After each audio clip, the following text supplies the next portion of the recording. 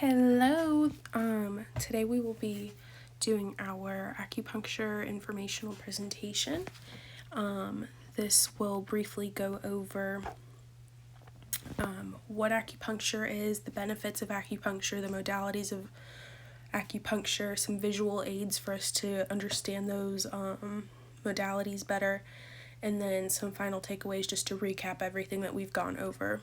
So, to start off, acupuncture is a form of traditional Chinese medicine that has been used for hundreds of years to treat ailments in the human body with these hair-thin needles placed on the surface of the skin in strategic points to achieve relief of different things such as allergies, acne, depression, chronic pains, deficiencies or excess in the body. And I'm going to zoom in here so that we could see just how tiny these needles are. So they're going to be a little bit thicker on the end, and that's just for dexterity, so that the acupuncturist can more easily hold the needle. But the thin part is very shallow in the skin, and the needles themselves do not go very deep. And I'm going to zoom in a little bit more again here, and then right next to the needles you can see here this little blue tube that's called a guide, and that is what helps the acupuncturist accurately and more seamlessly place these needles in the patient. So some of the benefits of using acupuncture are going to include it's minimally invasive, so like I said in the previous slide, that it is very shallow on the skin, and like I said, very thin needles. It is a whole body treatment. It is very cost effective. Treatments in the state of Georgia are around $100 to $150 for the hour, depending on which company you decide to go with. Whole body treatment is just going to mean that it can go from anything from migraines to a sprained ankle. So you can treat the body as a whole, as opposed to like when you go to a doctor's office, and if you're going in for migraines, you can only really discuss those migraines, whereas acupuncture treats the body as a whole, so everything is interconnected. So sometimes your shoulder pain is related to something going on in your neck.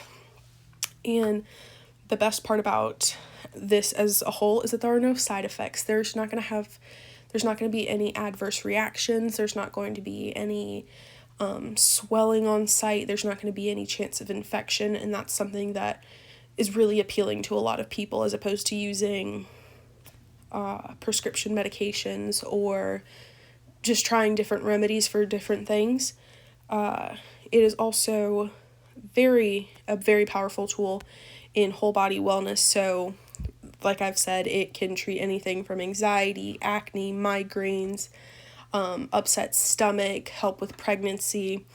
The needle insertions are immune boosting because it does bring some of those white blood cells to that area, and it's also really effective for pain management. So depending on what we're treating, it's really nice to be able to walk out with visible results or feasible results. So if you walk in for your treatment and something's just really, really sore, like let's say your shoulder, by the time you leave that session, you will have some relief. Obviously, I can't guarantee 100% relief of all ailments, but relief is possible and manageable. So in this next slide, I'm going to be going over the modalities of acupuncture, because there is more than just placing the needles. So in this little list, I have acupuncture, moxibustion, cupping, and dry needling. Acupuncture is going to be the one with the needles. So the needles just stay right where they are, and they stay in the skin for about 30 minutes for peak effectiveness. Past that, it's not necessarily, you can leave them in longer. However, it reaches that max effectiveness at 30 minutes, depending on your acupuncturist and what they're trying to achieve. They may leave them in longer. Moxibustion is this little mugwort crushed up into like a crayon. There's different ways of using it. However, it is used to warm the body and the different channels in the body. So acupuncture, with that whole body treatment, it doesn't see the body the same way that Western medicine does, where if you have knee pain, you must treat the knee. So there's different channels and meridians in the body that will correspond to different areas. So moxibustion is good for warming. Cupping is good for bringing toxicity upwards onto the skin. So if you look here in this photo, you can see these cupping marks. This is actually my back, and in this photo I was very sick. I was having some lung congestion because I was coughing up a lot. So you can see that these darker spots along the sports bra are right over my lungs, and that was really helpful at clearing up some of that phlegm and just that icky feeling, and bringing it up helps your white blood cells go over and attack that more effectively.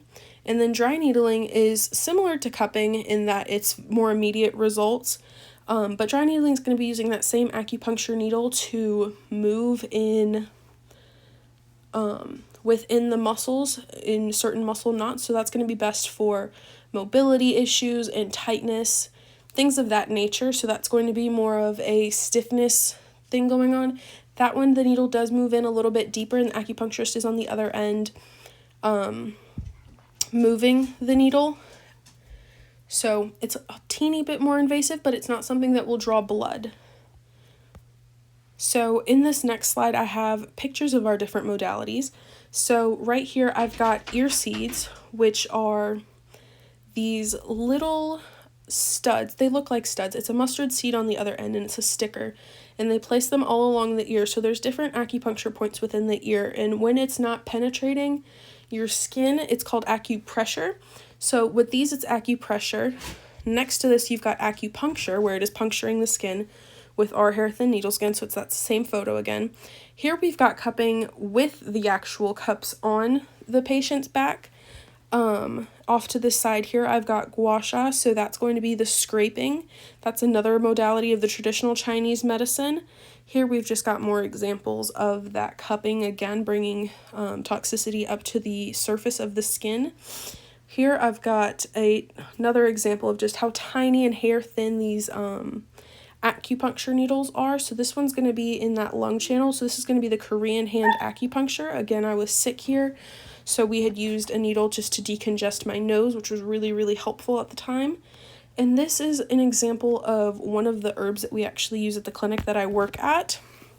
I don't remember what the specific formula is for, but another portion of the acupuncture, the traditional Chinese medicine, is going to be treating with herbs. So as opposed to us going for maybe a antibiotic at our doctor, we can go for something that will treat minor colds and stuff like that. We do still recommend going to an emergency room and seeing somebody if conditions persist, but for those minor preventative care, we do recommend trying acupuncture first. So common questions with acupuncture: is it safe? Yes, it is safe in the sense that it is well studied. It's been done for hundreds of years. Anyone practicing acupuncture has to be licensed and nationally accredited. So similar to your doctors, they're going to have an NPI number, which is going to be a national provider information, I believe. So they are nationally accredited and then do have to be licensed within the state to be practicing acupuncture. So not anybody can do this. Who can have this done? Acupuncture is safe for all ages, so from 0 to 100, and can be used to treat a wide range of things. And will it hurt? Again, this is going to be dependent on a person-to-person basis, but for the most part, acupuncture is a painless procedure. If anything is painful, it should not be the needle insertion. It might be that your body's already a little bit sore and tense. And then just to help bring continual relief from what we're treating at the end of your treatment, or sometimes if you don't feel comfortable with the needles, at the end of your treatment, your acupuncturist can place these ear seeds in your ear to keep everything at bay, and just provide some continual ongoing relief. So our final takeaways: acupuncture is safe. There are standards in place for your safety. Acupuncture is effective. Many patients report improvement in labs and pain. We've seen several patients that have had excellent results in terms of regrowing their hair or reducing stomach pains or reducing neck and shoulder strain from sitting in offices and stuff like that with dry needling and acupuncture, or a combination of the both. That's really where we're looking for results and effectiveness. And then who can benefit from this? Honestly, anyone. Consulting with your licensed acupuncturist is going to be essential in seeing what treatment options would be ideal for you and what you're going through. And that's all. Thank you so much. If you have any questions, please reach out to me at any time. I hope this cleared up some questions as to what acupuncture is and who it can be beneficial for. And that's all. Thank you so much. Have a great day. Bye-bye.